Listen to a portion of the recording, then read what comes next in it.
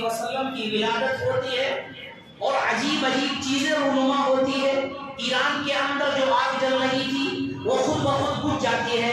وہاں کے بت جو ہے وہ گر جایا کرتے ہیں. یہاں تک کہ سمندر کی مچھلیاں ایک دوسروں کو مبارکباد دینا شروع کر دیتی ہیں اور عجیب عجیب چیزیں ہوا کرتی ہیں. یہاں تک کہ رسول اللہ صلی اللہ علیہ وسلم جس رات پیدا ہوئے اس رات آپ کے گھر میں چراغ جلانے کے لیے پیسے بھی نہیں تھے. چراغ جلانے کے لیے آپ کے پاس اور آپ کے گھر کے اندر روپیے بھی نہیں تھے, درہم و دنانیر بھی نہیں تھے. لیکن آقا نامدار صلی اللہ علیہ وسلم جیسے ہی پیدا ہوتے ہیں پورا گھر کا گھر روشن ہو جاتا ہے, پورا گھر کا گھر چمک جایا کرتا ہے. اتنی روشنی کہ حضرت آمینہ فرماتی ہے کہ ان آنکھوں نے آج تک اپنے گھر میں وہ روشنی بھی نہیں دیکھی. اتنی روشنی کہ سورج نکلتا ہے دل کے اندر بھی مجھے اپنے گھر کے اندر وہ روشنی نظر نہیں آئی جو آقا نامدار صلی اللہ علیہ وسلم کی ولادت کے بعد مجھے روشنی نظر آئی.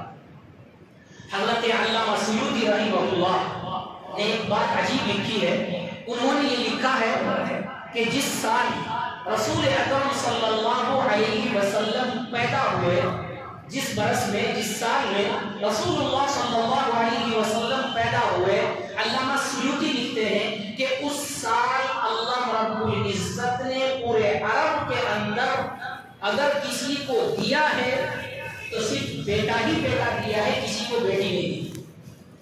آپ کی برکت سے, یہ علامہ سیوطی نے لکھا ہے, حدیث کی بات نہیں. علامہ سیوطی نے اپنے اقوال میں لکھا ہے کہ جس سال آقا نامدار صلی اللہ علیہ وسلم کی ولادت ہوئی اس سال جتنے بھی عرب کے اندر بچے پیدا ہوئے سب کے سب بیٹے ہی ہوئے, سب کے سب لڑکے ہی ہوئے. اس سال کوئی لڑکی پیدا نہیں ہوئی.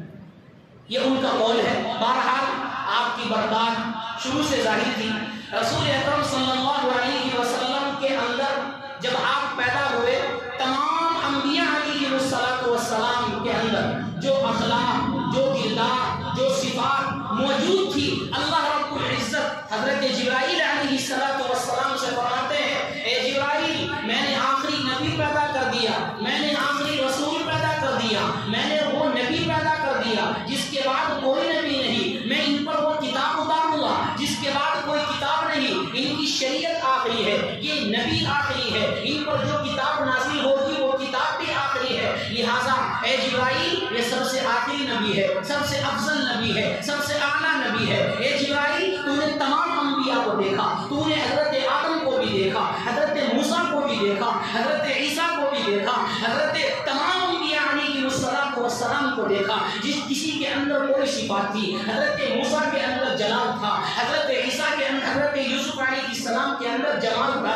حضرت یونس علیہ السلام کے اندر اطاعت تھی. بہرحال ہر نبی کے اندر کچھ نہ کچھ صفات تھی. حضرت جبرائیل کو میرے اللہ فرماتے ہیں اے جبرائیل جتنے انبیاء آئے اور آج اب تک آئے ان کے اندر جو جو صفات, جو جو اخلاق, جو جو کردار, جو جو صفات ان کے اندر تھی وہ تمام کی تمام صفات آقا نامدار صلی اللہ علیہ وسلم کے اندر ڈال دو. اس لیے کہ تمام نبیوں کے امام ہے, تمام نبیوں سے افضل ہے, تمام نبیوں سے اعلیٰ ہے, جو آخر میں انسان آتا ہے. آپ نے جلسے کے اندر دیکھا ہوگا, آپ نے پروگراموں کے اندر دیکھا ہوگا, جو دور سے مہمان آتے ہیں, جو سب سے بڑا مقرر ہوتا ہے, سب سے بڑا خطیب ہوتا ہے, سب سے بڑا بیان کرنے والا ہوتا ہے, سب سے بڑا عالم ہوتا ہے, اس کو سب سے آخری میں بیان کرنے کے لیے کہا جاتا ہے. اسی کی دعا پر مجلس ختم ہوا کرتی ہے, اسی کا بیان آخری ہوا کرتا ہے. اے اللہ اتنے بڑے نبی کو آخر میں کیوں بھیجا, اتنے بڑے رسول کو آخر میں کیوں بھیجا. اللہ رب العزت فرماتے ہیں جو سب سے اعلیٰ ہوتا ہے, سب سے افضل ہوتا ہے, سب سے عالی شان والا ہوتا ہے, اس کو آخر میں ہی بھیجا جاتا ہے, اس کو آخر میں ہی بھیجا جاتا ہے. اس لیے کہ اس کے بعد کوئی نبی آنے والا نہیں ہے. وہ تمام صفات جو انبیاء علیہ السلام کے اندر تھی وہ تمام کی تمام صفات آقا نامدار صلی اللہ علیہ وسلم کے اندر ڈال دیا. عرب کے اندر یہ دستور تھا کہ جب کوئی بچہ پیدا ہوتا تو اس کو دودھ پلانے کے لیے, اس کی صحت کی حفاظت کے لیے دیہاتوں میں بھیج دیا کرتے تھے. وجہ کیا تھی کہ دیہاتوں کی ہوا جو ہے وہ تازی ہوا کرتی ہے, دیہاتوں کی جو مٹی ہوتی ہے وہ مضبوط ہوا کرتی ہے. عرب کا دستور تھا بچہ پیدا ہوتا ہے تو گاؤں کے اندر دودھ پلانے کے لیے کسی مائی کو بلا کر بھیج دیا کرتے تھے، کسی غریب اماں کو بلا کر اس کو دے دیا کرتے تھے، اس کے نتیجے میں کچھ اجرت دے دیا کرتے تھے تاکہ بچے کی صحت اچھی ہو جائے، تاکہ بچے کا رہن سہن اچھا ہو جائے، تاکہ بچہ طاقت والا ہو جائے۔ تمام مائیں آئی، تمام عورتیں آئی، سب نے بچہ لے لیے، لیکن آقا نامدار صلی اللہ علیہ وسلم کا نام سن کر کوئی آگے نہ آتا تھا۔ کیوں نہ آتا تھا؟ اس لیے کہ آپ کا گھرانہ غریب تھا، آپ کا گھرانے کے اندر مفلسی تھی، آپ کے گھروں کے اندر درہم و دینار نہیں تھے۔ ہر عورت یہ چاہتی تھی اگر اس کے بیٹے کو لے لیا، عبداللہ کے بیٹے کو لے لیا، اس کا باپ بھی نہیں ہے، وہ تو یتیم ہے، اس کے گھر سے کچھ ملنے والا نہیں ہے، تمام عورتیں تمام بچوں کو لے کر چلی جاتی ہے۔ میرے اور آپ کے آقا صلی اللہ علیہ وسلم کو اٹھانے والا کوئی نہیں اس وقت میں، سب نے چھوڑ دیا، غریب سمجھ کر، مفلس سمجھ کر، یتیم چھوڑ کر۔ چھوڑا نہیں، اللہ نے چھڑوایا، اس لیے کہ اللہ نے یہ سعادت، اللہ نے یہ خوش نصیبی حضرت حلیمہ کی قسمت میں لکھی تھی، حضرت حلیمہ کی مقدر میں لکھی تھی۔ حضرت حلیمہ بھی آتی ہے، پوچھتے ہیں عرب کے اندر کوئی بچہ بچا ہے کیا؟ لوگوں نے کہا کوئی بچہ نہیں ہے، ہاں ایک بچہ ہے لیکن وہ غریب ہے، ایک بچہ ہے وہ یتیم ہے، ایک بچہ ہے وہ مفلس ہے، وہاں سے کچھ اجرت ملنے کی امید نہیں ہے، وہاں سے کچھ درہم و دنانیر ملنے کی امید نہیں ہے۔ حضرت حلیمہ نے سوچا کہ چلو ایک مرتبہ بچے کو دیکھ تو لیا جائے، وہ بچہ دیکھنے میں کیسا لگتا ہے، وہ بچہ دیکھنے میں محسوس کیسا ہوتا ہے، وہ بچہ دیکھنے میں کیسا لگتا ہے،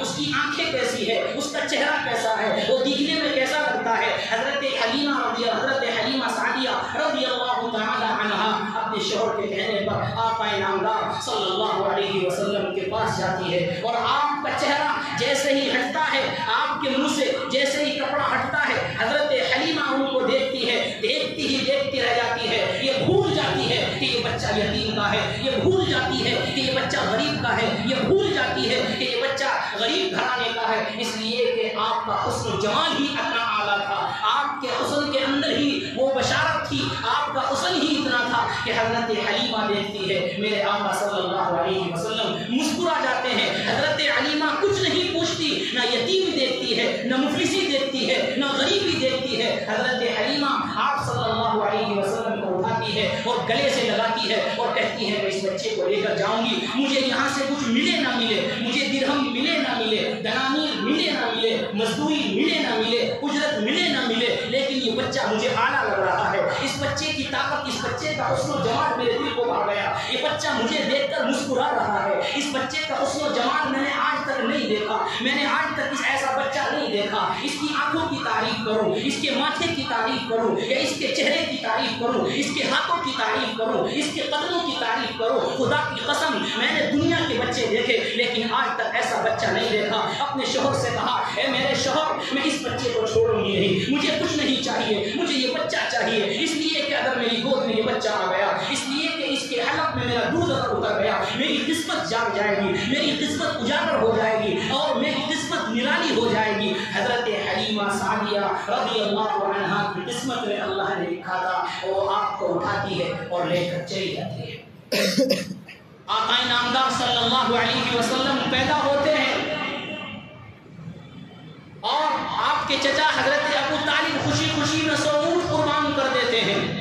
آپ کے چچا ابو لہب، جس کو بعد میں تبت یدا ابی لہب بھی اتری واقعہ ہے، وہ بھی آپ صلی اللہ علیہ وسلم کی خوشی میں اپنی باندی قربان کر دیتے ہیں، اور آپ کا نام کیا رکھتے ہیں؟ محمد۔ آپ کے دادا نے آپ کا نام محمد رکھا۔ محمد کے معنی کیا ہے؟ محمد کس کو کہا جاتا ہے؟ احمد کس کو کہا جاتا ہے؟ محمد کے معنی ہے جس کی تمام دنیا تعریف کرنے والی ہو، تمام کائنات تعریف کرنے والی ہو۔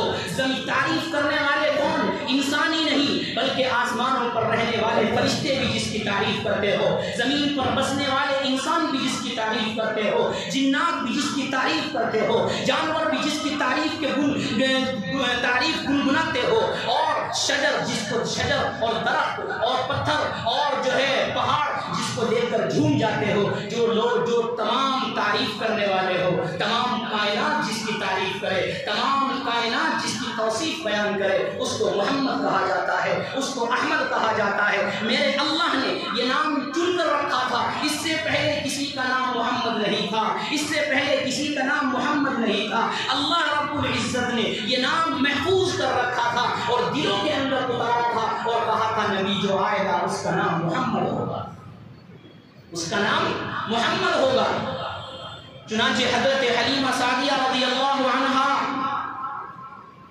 چلتی ہے اور لے کر جانے کو تیار ہے، اونٹ پر بیٹھ جاتی ہے، ان کا شوہر آگے بیٹھ جاتا ہے، حضرت حلیمہ پیچھے بیٹھ جاتی ہے، بیچ میں آقا نامدار صلی اللہ علیہ وسلم کو بٹھا لیتے ہیں۔